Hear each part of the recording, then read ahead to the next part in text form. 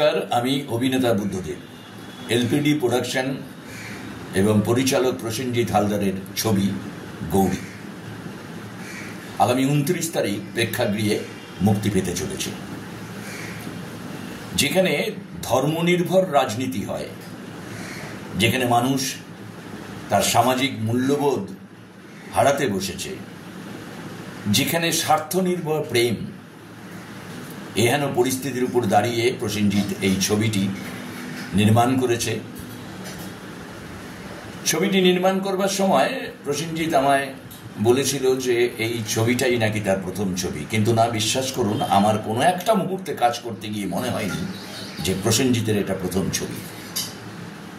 অসামান্য দক্ষতার সঙ্গে প্রসেনজিৎ এই সামাজিক মূল্যবোধকে তুলে ধরেছে এই গৌরী ছবির মধ্যে দিয়ে। আগামী 29 তারিখ ছবিটি প্রেক্ষাগৃহে মুক্তি পাচ্ছে। আপনারা সদল বলে গিয়ে, আপনাদের কাছে স্বনির্বন্ধ অনুরোধ, আপনারা ছবিটি গিয়ে দেখুন এবং আপনি আপনার সামাজিক দায়িত্ববোধকে বহাল রাখার জন্যে আপনার পরিচিতদের বলুন এই ছবিটি দেখতে। এই মুহূর্তে আমাদের ক্ষেত্রে বিশেষভাবে প্রয়োজন এই ছবিটি দেখবার।